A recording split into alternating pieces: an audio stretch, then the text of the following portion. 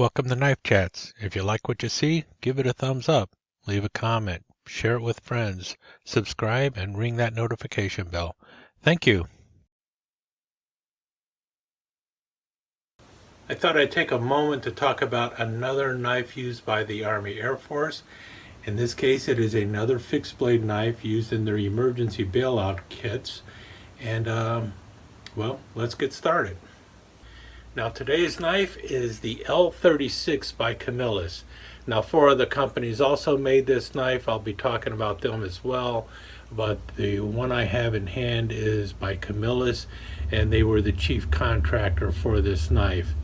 Now this is a knife that was already in Camillus's inventory long before World War II started. But in 1942, they got the contract to make this knife. And as you can tell, there's a few things about this knife that contradict some of the things I said earlier. Mainly you see the brass guard and an aluminum pommel, and we'll talk about why that is the case also.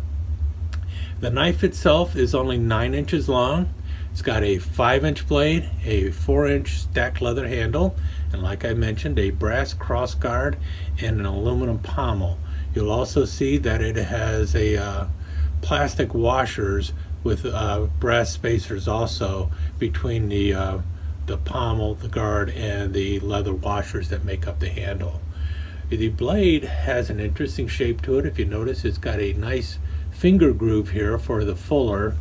The swedge up on top is not sharpened, and if you can look closely, you'll see that it is not intended to be sharpened. It is just to make a better point. The point on this one has been rounded off a bit. And it has a carbon steel blade, most likely 1095 carbon steel. The contract for the knife specified a glazed 5-inch blade, a brass guard, a stacked leather handle, and an aluminum pommel. And that's kind of interesting because at the time that this knife was being made, the Department of War had already said that no more brass in knives, and aluminum was highly critical for the airplane manufacturing. So that was also an oddity on this knife, but let me explain why. These knives started entering service at the beginning of 1942. Now that sounds like, wow, especially for anyone in Europe, the war's already been going on for 3 years. But in the United States, the war has really just begun.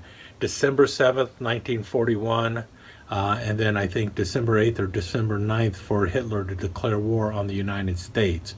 So we were just entering the war at that time.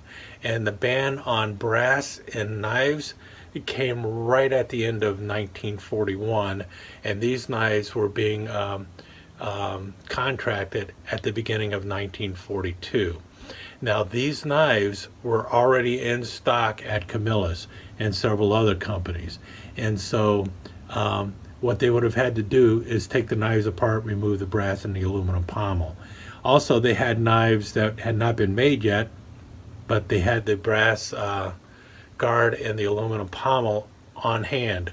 So what would have happened is, in order for them not to make these knives with the brass guard and the aluminum pommel, the Department of War would have basically had to have bought back the brass and the aluminum, and then Camillus would have had to go on and buy carbon steel to replace these two parts, and then gin up their equipment to allow for the brass and the aluminum instead.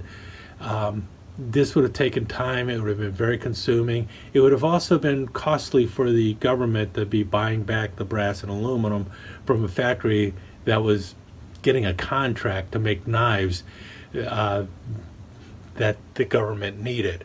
So it was just more expedient and less costly for the government just to go ahead and issue the contract specifying a brass guard and an aluminum pommel and a stacked leather handle and a 5-inch glazed blade. So basically what they did was they took the knife that Camillus had on stock and they wrote the contract for the knife that Camillus had, and then Camillus was allowed to go ahead and make the knives with the brass guard and the aluminum pommel. Other features about the knife, like I said, it's got a 5-inch blade, and if you notice, it's got this finger groove here. This is basically a 9-inch hunting knife, and the finger groove is there for skinning work and everything. But you'll see this this finger groove. It's a holdover into a later knife that the Air Force and actually the Army and anyone else who flies ends up having, and that is the jet pilot knife, or the Air Force survival knife, whatever you want to call it. You notice it's got that same finger groove that first appeared in the Camillus knife a long time ago. And actually, if you also notice, the blade ends up being just slightly over 5 inches long after, well, it started off 6 inches, then went back down to a little over 5-inch blade, but a much heftier handle, because the biggest problem with this knife is it's got a 4-inch handle. That's fine if you're gripping it like that, but if you're gripping it like so, you run out of handle very quickly. It's got a nice heavy pommel, which is a good balance for the knife. And if you notice here, it's a false swedge up on top here. This was just a hunting knife. The clip point there is really to kind of reduce weight and to provide a better point on the knife.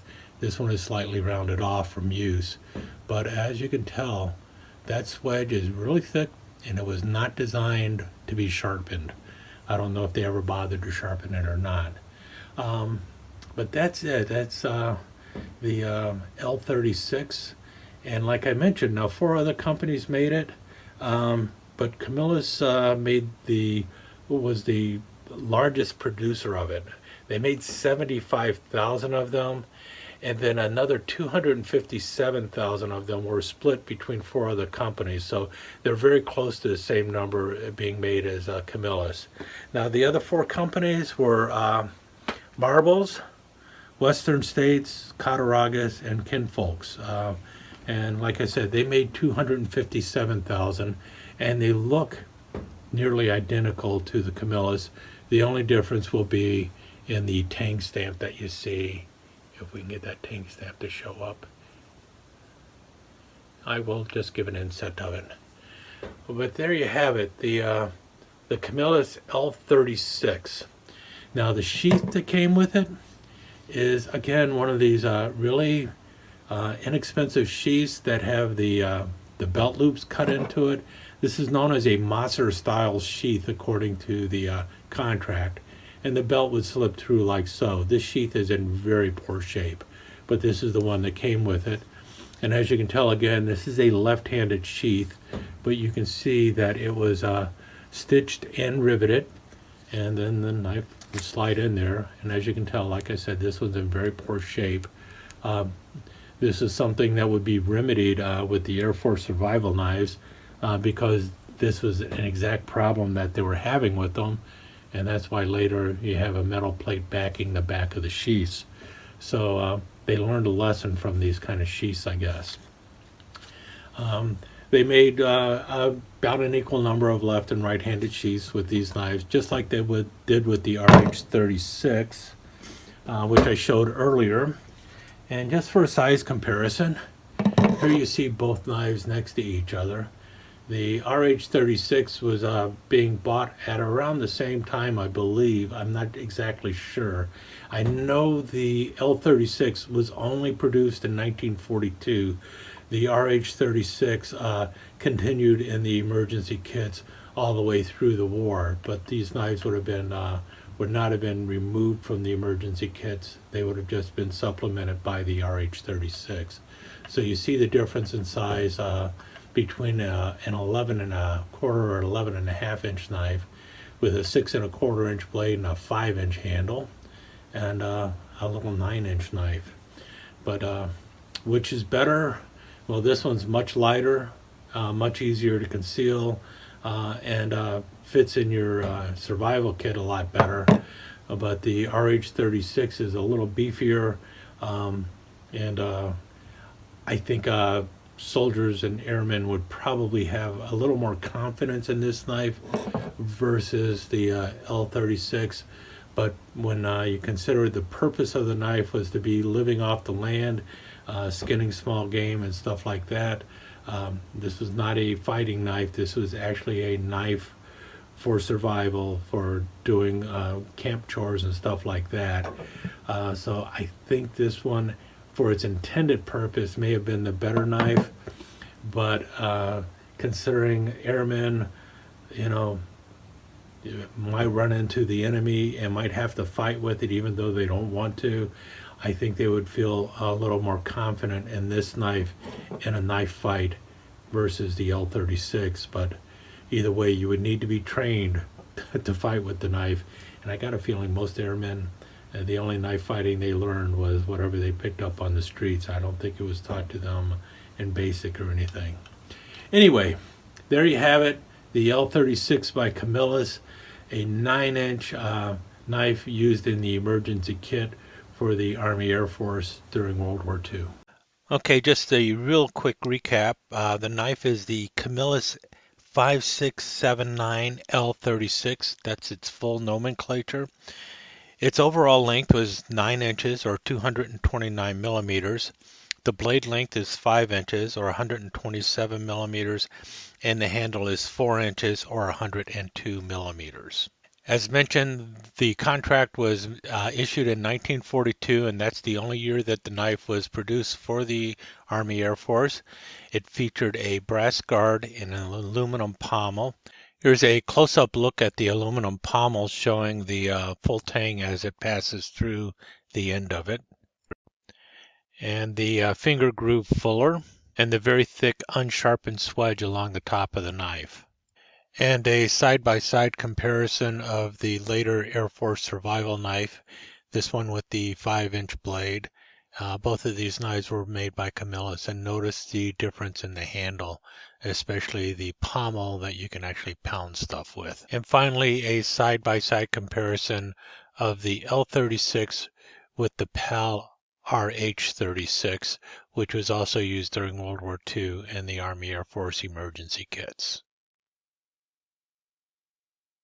Thank you for visiting Knife Chats. I hope you enjoyed your time here.